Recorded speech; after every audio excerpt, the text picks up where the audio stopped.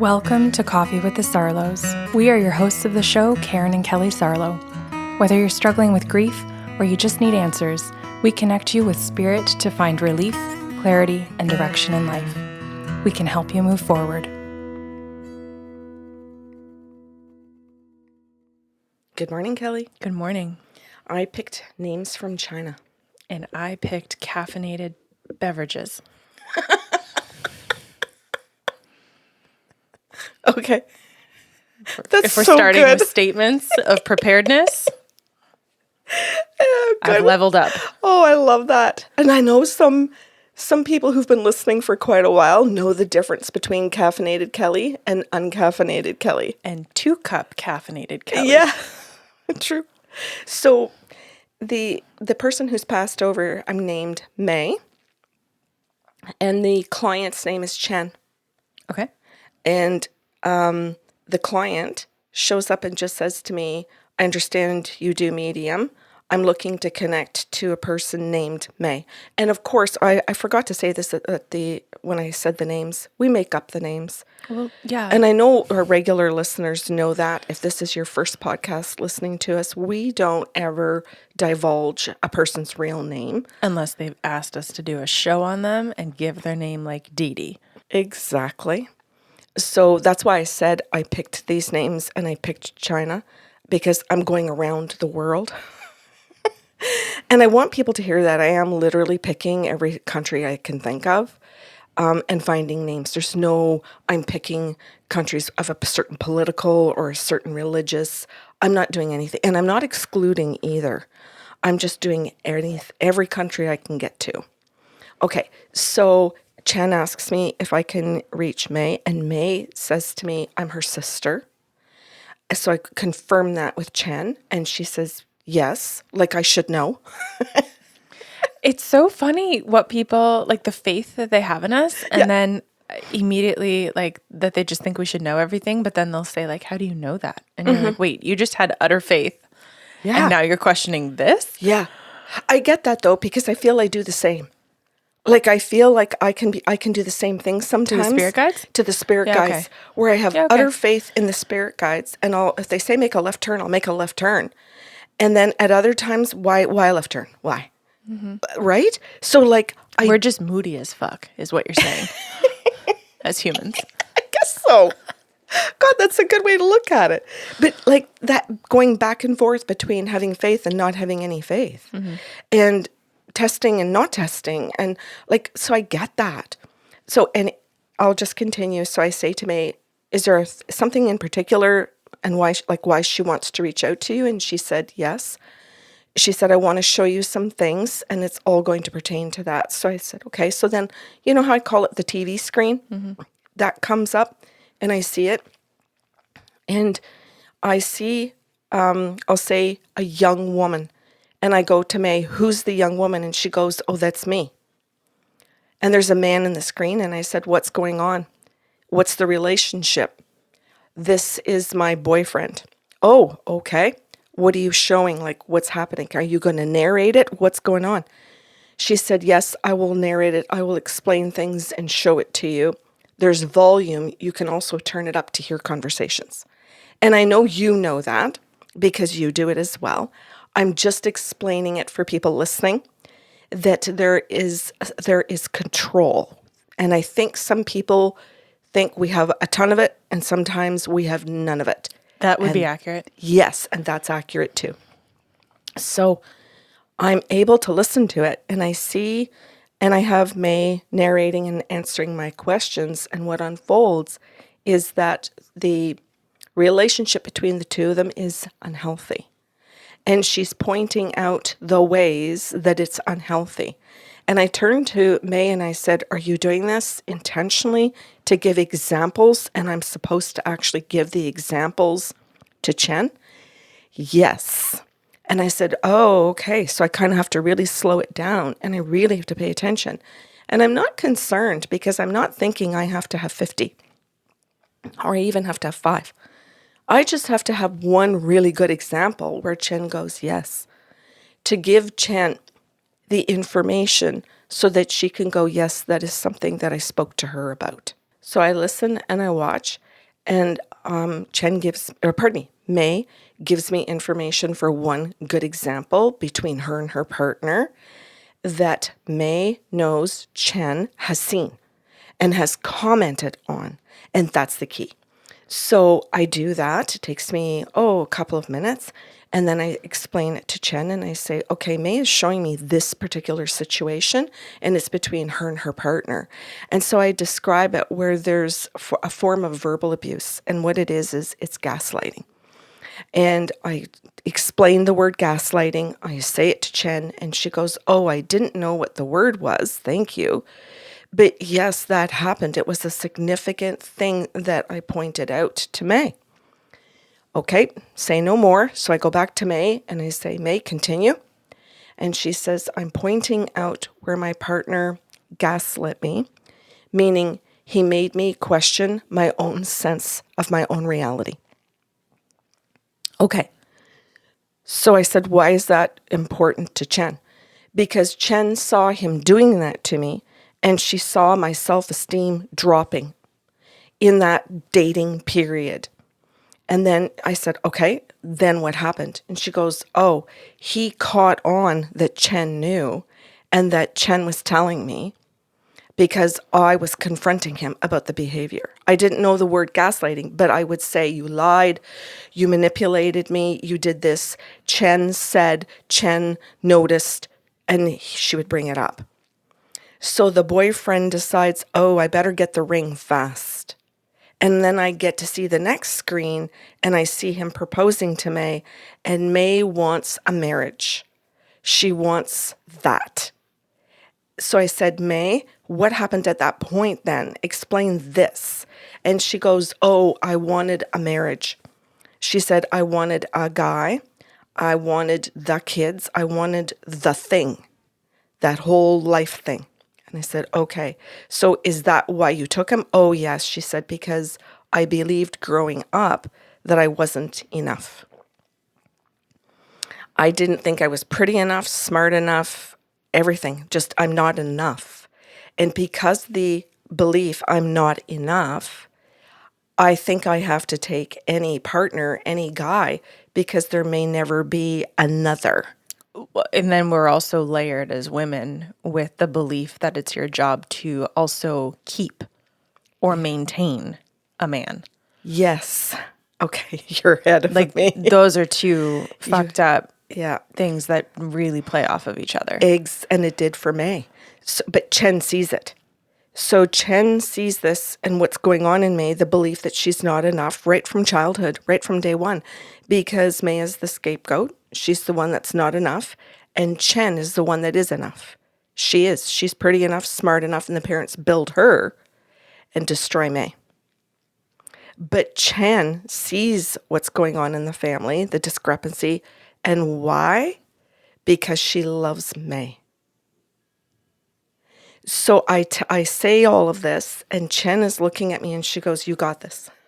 And she's so happy because I got it. Mm-hmm. And she goes, oh my God, she says, you're telling me exactly what I needed to hear.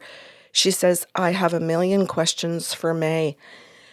I said, okay, just give me a minute. I still need a little bit more time to download what May's trying to say and do, and then ask your questions. So she agrees. Yep, thanks, Karen. Give it a go. Which is great. I'm pointing that out because there's communication here between Chen and I, and May and I. So I go back to May and I say, what else are you wanting to do? And she said, well, he proposed this to me and I accept the proposal. And I said, okay. She says, but you have to tell Chen because of that belief. So I do. Then I go on, what's next? And she says, Chen comes around while we're married and she's constantly pointing out what my husband's doing to abuse me. But she doesn't do it in front of him because she doesn't want to shame me. So she always does it when the two of us are alone. But my husband figures that out. So he decides he can't leave me alone with Chen. So he's like, you get to see where May is now learning, how, because she's dead, how manipulated she was because of those beliefs. those beliefs allowed her to be manipulated. So she says, Chen, because I believe that, I allowed him to manipulate me. And Chen sits and goes, okay, that's answering one of my questions. I couldn't understand why she chose not to listen to me.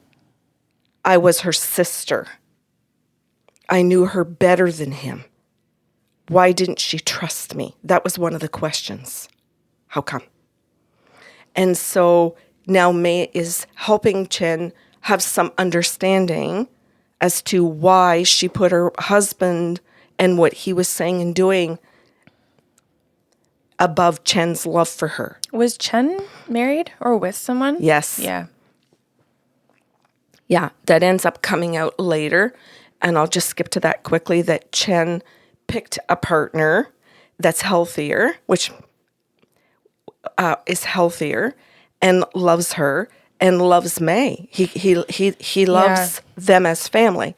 So Chen and her husband are able to see what's going on. Chen speaks to her sister, but you don't see where her husband tags along to do it. Regardless, like it's great that you're sharing. Obviously, that's part of the story.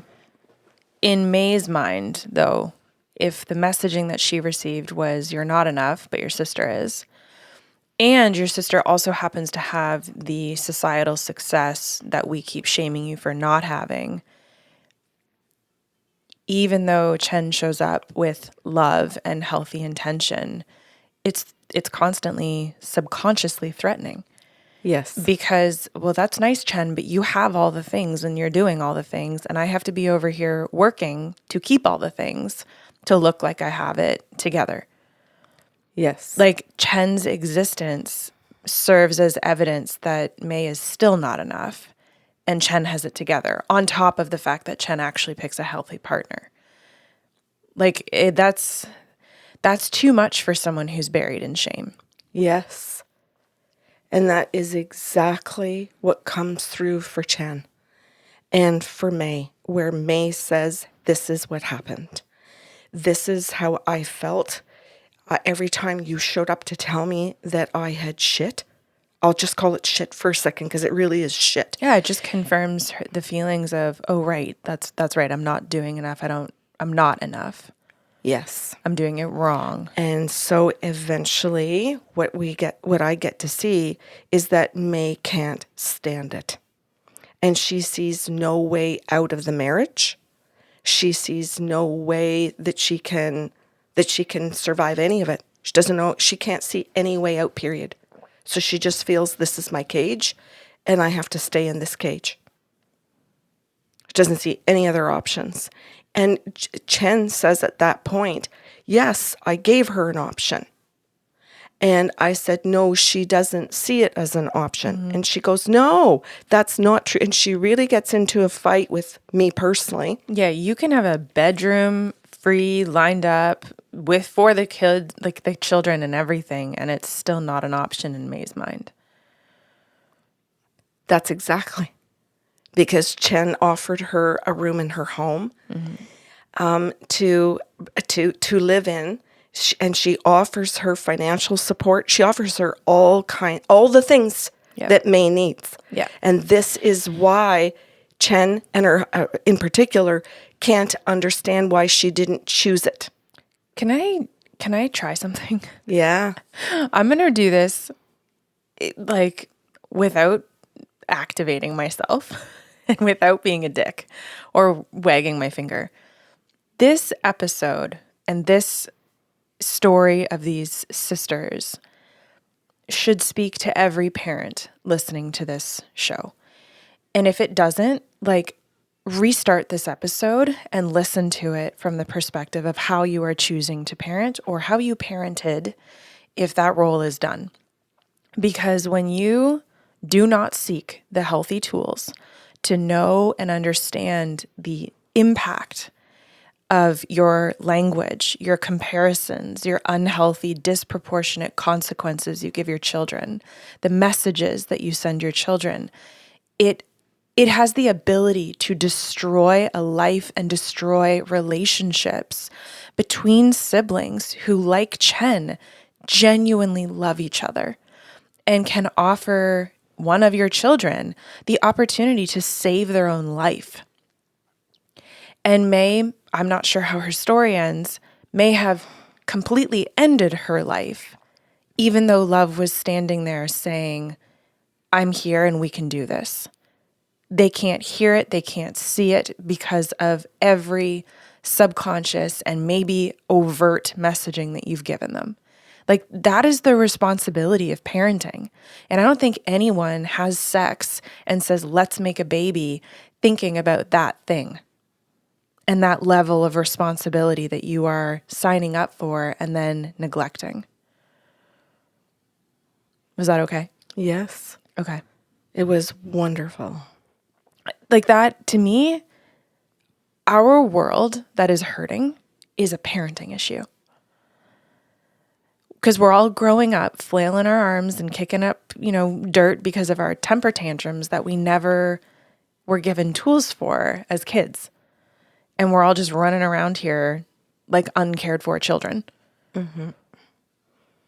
Mm-hmm. In spite of the fact that we have so many Chens on this earth who are trying to fix that or heal that. Yeah, that's right. Yeah. Thank you. Thank you. So then I listened to May and I said, what's next? And she said, I stayed in that marriage. And she said, I got cancer. I was going to say, this is a suicide, an autoimmune disorder, or cancer. Yeah. Like, you have one of a few fates. Yeah. Yeah. So she said, I ended up with cancer. And she said, what happened during cancer was that Chen tried to come to my home to see me. And I said, let me guess, your husband isolates you from Chen until you die. And she goes, oh, yes. And it's, okay, we saw that coming, right? Like, yeah, a narc has to survive. So, like, you've also got one of a few options here. Yep. Isolate your wife. Exactly. And I said, and let me guess, he allows healthcare workers to come in and take care of you because he doesn't want to do it. So let's pay for strangers to come in, caring strangers. We're not putting anybody down in healthcare. Mm-hmm. Thank God they're there, especially for the spouses of narcissistic people, right? Because the narcissist is never going to take care of you. So you are going to have to rely on professionals to take care of you. And hope to God that they're compassionate and good at their job.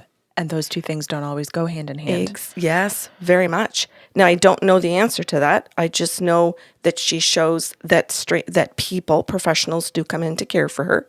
And that her husband shows appropriate behaviors while they're there, which continues in alignment with what narcissists believe and want, a good image. Mm-hmm. But that after that when they're gone or not present, that he just goes into being who he is. So there's that issue. And I explained that to Chen, and she goes, okay. She goes, that is answering one of my questions. I struggled not knowing how my sister was being treated when she had cancer, not knowing how she was going to die without me, if she was going to have any peace or have any of her needs met. And she said, it tormented me every day. I cried until I heard she died because I knew that what this man is. So, she said, I went to the house many times begging to come in to care for her, to take her. I offered to her husband for me and my husband to take care of my sister in her death. And, I tried to convince him, it won't be a bother. You can live your life. She said, I even tried to fluff him up narcissistically, but he wanted to control his wife to the very last breath. And he wanted to punish me. He wanted to hurt me. Mm-hmm. So she said, I had to finally walk away. And the day I walked away, I got into my car and I sat there and I bawled. And I want to know. And I said, never mind. I know what you want to know. I said, May is answering you. You want to know if she knows that you sat in that car outside of her house crying because of how much you loved her and couldn't be there for her. And that you need for her soul to know that you wanted to and that you would have and that you tried. And she went, biggest question on my page. She goes, it's in all caps. And I said, May needs you to know she knows. And then Chen goes, okay, go on. She goes, my heart. She says, I feel like there's burdens and chains coming off of it because this has bothered me since May has died. Mm-hmm. And I said, okay. I said, so she's saying to you and answering you, right? And she goes, yeah. So I said, May, what else do you want to tell her? And she said, I want her to know that I love her. It looked like I didn't because I chose to live with my husband who clearly didn't love me, but I stayed with for all of the wrong reasons that were unhealthy, but were my entire life of living unhealthy. And she said, so I want to stand here today and tell my sister, I know you love me. She wants that. She needs to hear the words that I know. So I say that to Chen and she goes, okay. She goes, I needed that. I needed to know that she knows. It drives me crazy wondering because the whole thing's confusing to me. Mm-hmm. If she had known that I loved her, even on earth, then why didn't she pick love? That was my biggest question. Why didn't she choose love? Go ahead. We've said this a million times, like love is not enough sometimes. And while, I'll claim to be an idealist in my life for sure, I also know that love is often not enough, right? Two people can love each other and want to fix things and it can't be fixed. And two people can loathe each other in this situation and love comes in and says, I'll take care of you. But the chaos is more familiar. And so we pick it because love looks terrifying. It's so unfamiliar. It doesn't feel safe. Shame is so huge sometimes. It can trump an offering of love because we can't pull ourselves out of our own shame or we don't have the tools or the team to help pull us out of shame long enough to accept love. Like and I say this all so that people can grow in compassion for one another and so that they can grow in compassion for themselves if they've been stuck in a situation like this. And also to kind of, if you are the Chen in this story, so that you can also free yourself from this idea that I didn't do enough in love. Right? If love didn't win, maybe I didn't try hard enough. And it's like that's also often not the case. Mm-hmm. I think that last comment that you made had a lot to do with how Chen was starting to feel that she could heal. Mm-hmm. Because it's like, okay, I know May knows I loved her, so that was enough somehow for me. But if Chen can't get her head, and you got to see like how she's trying to this doesn't make sense. Mm-hmm. So what do I do if it doesn't make sense? But now you have to understand it from the other person's perspective that doesn't know what it's like to be loved. Yeah, I'm just going to reword what you said. We all have a tendency to make things personal or to understand the situation as personal. So if Chen is making this about her and her love, and she fails to see that this is actually about May and May's shame, then you can actually come to an understanding, not saying it's right, but you can come to an understanding and say, oh, it's understandable that, fill in the blank, she can't access love, she can't accept this, etc. And it's not to say give up, it's to be able to say, I can wrap my head around how this situation can happen. It's perfect, Kelly, because that's what Chen experiences in the session where we have to have that chat where she figures out it's me. I'm looking at it from my own perspective, my own thinking, instead of what May was thinking. And that's why she booked with a medium. Mm-hmm. I need to know what May was thinking. Yep. I've been stuck in my perspective of it. And I think that's where therapy doesn't stand a chance. And we're big proponents for therapy. Oh, yes. I'm in it. Like, don't get me wrong. Therapists don't have those skills. So if you're sitting there as Chen saying, I feel abandoned, by my sister, and the therapist digs hard into abandonment issues, but never has the ability to say, May couldn't get to that point. This wasn't about you being abandoned. This was about May's shame, and you're making it about you. We have to deal with two different issues here. How does Chen ever get that perspective or healing? I think that's the gift and the beauty of medium/psychic. Thank you. There's a conversation there too, Kelly, between Chen and I and May and the spirit guides, where the guides talk to Chen about the fact that in her own mind and in her own heart, she was so angry with her parents and how they treated May that she chose May over her parents. So she chooses May, and then May turns around and doesn't choose her. Yeah. And so Chen is so angry with May that, right? She's so angry with her because it's like, well, wait a minute. I see what mom and dad did, and I'm choosing you. I'm mad at mom and dad for you. And yet you're going back to mom and dad's with this guy. And so now Chen is like, wait a minute. How did I get shoved out of the family? Oh, yeah.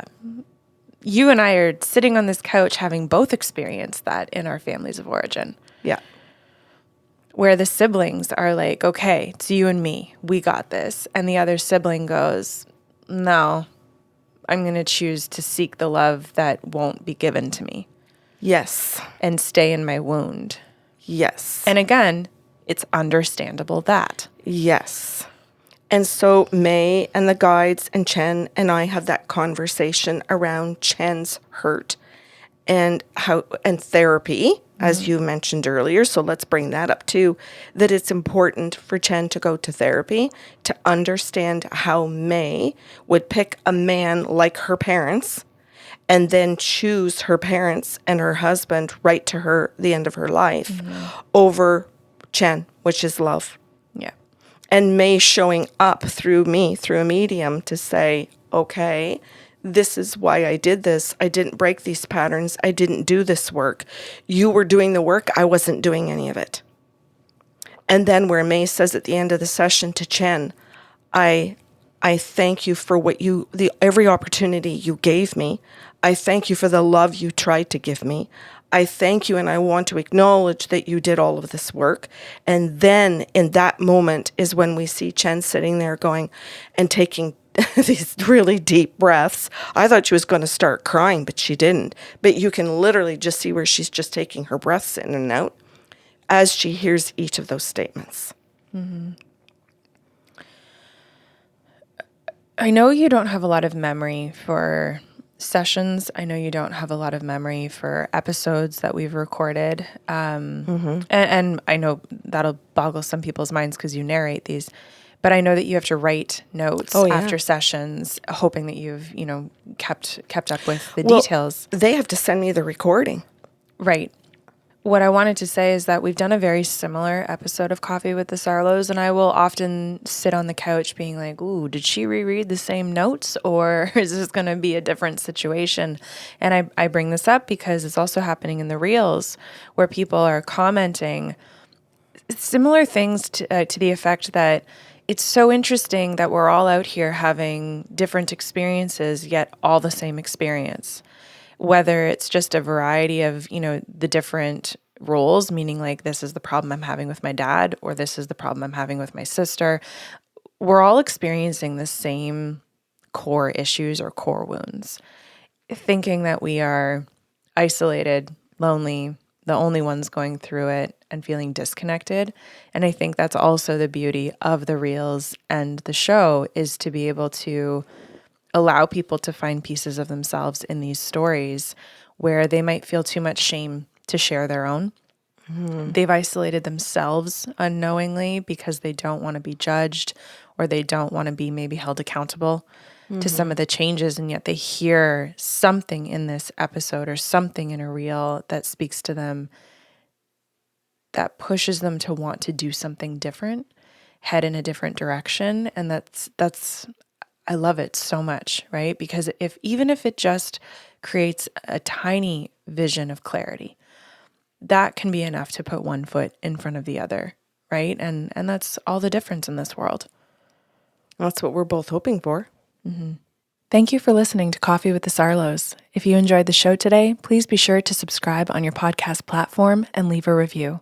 New shows will air every other Saturday.